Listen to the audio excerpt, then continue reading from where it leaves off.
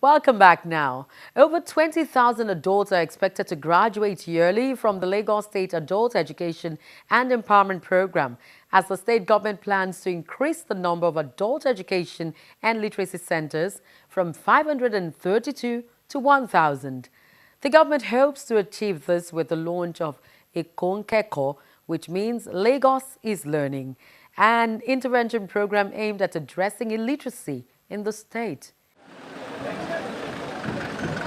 Statistics by the United Nations Education, Science and Culture Organization on literacy shows that 54 million Nigerians, representing 13% of the population, are illiterate. In Lagos State, research also shows that about 13% of its population, that is over 3 million people, are not educated and have no access to formal education. Worried by this figure, an adult education program tagged Lagos is Learning is being launched by the state government.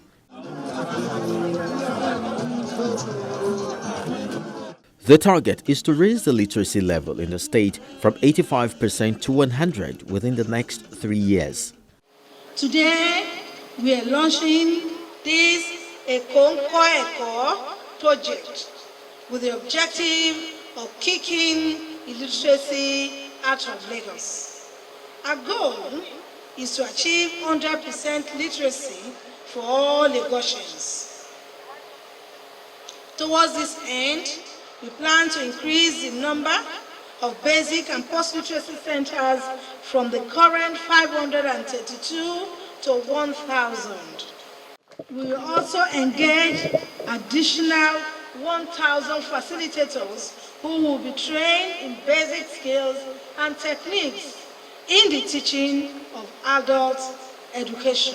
We will multiply and diversify channels for literacy content, radio literacy programs, mobile literacy centers, and other innovative channels.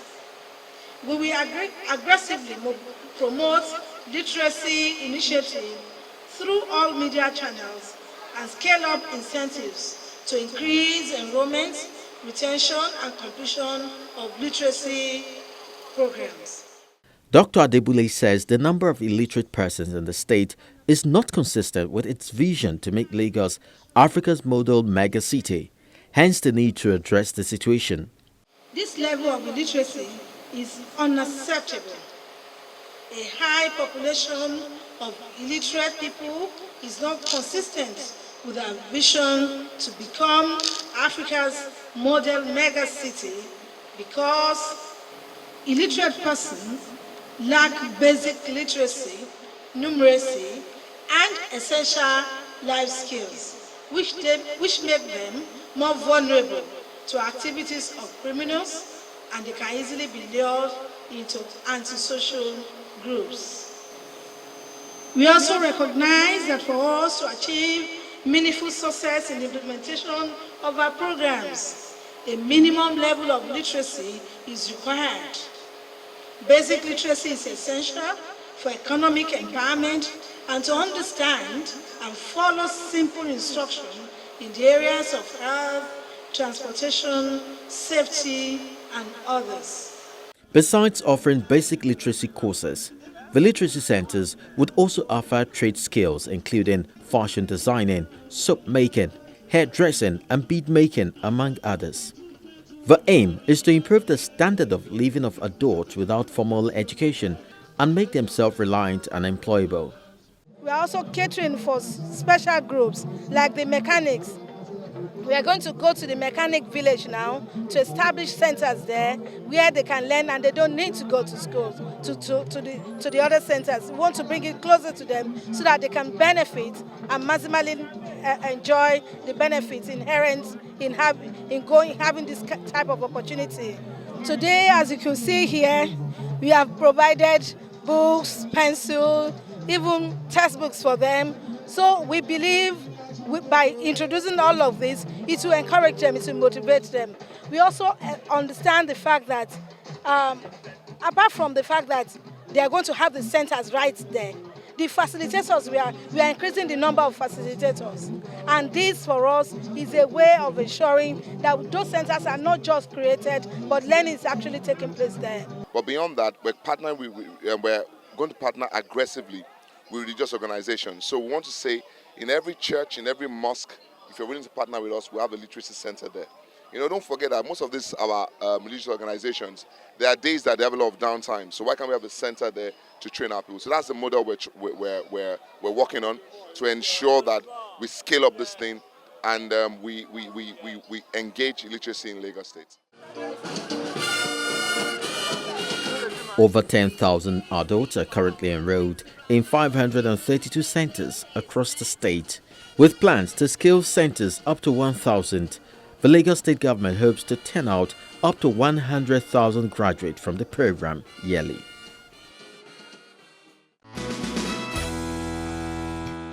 And in another development, the Lagos State government has begun the process of ridding its waterways of debris and hyacinth. Watch this. Water hyacinth, also known as aquatic weed, has been a major concern for authorities charged with the management of waterways in the state.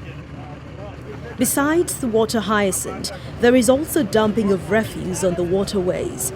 These activities obstruct transportation on the water, sometimes leading to accidents. But the Lagos State government seems poised to end the menace. These newly purchased high-tech machines are deployed to remove water hyacinth and all kinds of debris on the waterways.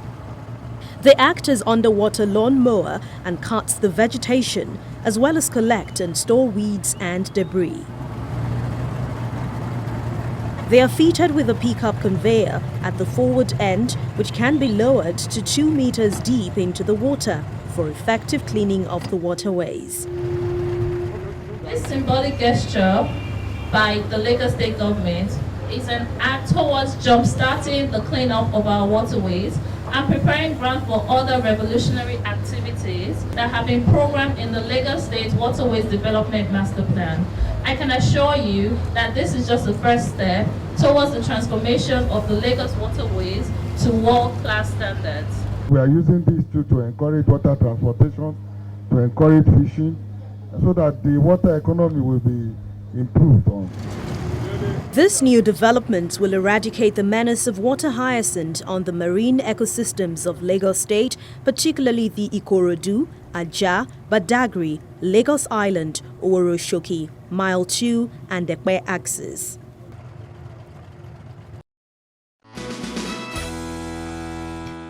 Two newly appointed permanent secretaries have been sworn into office by Governor Akinwumi Ambode. The governor urged them to bring on board added value and relate with other members of the body of permanent secretaries in upholding the tradition of excellence in the state. Following the approval of their appointment as permanent secretaries in September, they have been sworn in to confirm their new status in the state public service. Governor Akinwumi Ambode presides over the ceremony before members of the Lagos State Executive Council and body of permanent secretaries.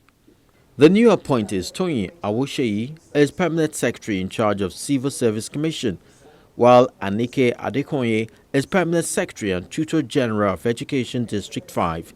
I will always perform my official duties diligently and efficiently. I will not engage or be involved in any activity in conflict either directly or indirectly with this pledge. While congratulating them, Governor Akinwumi Ambode charged the new permanent secretaries to put their experience to use and leverage the successes recorded by the civil service to achieve enhanced service delivery to the citizens. It is expected that you bring on board added value and relate with other members of the body of permanent secretaries in upholding the tradition of excellence for which the state public service is known. The governor also warned the appointees to be conscious of their actions and inactions, which, according to him, would be subjected to intense public scrutiny by virtue of their positions. Well, that's it on the program. You can also be a reporter on the program by sending your comments and feeding us back on developments around you through our social media platforms showing on your screen. Thanks for being a part of the show today. Bye. I'm Loretta Chiogo.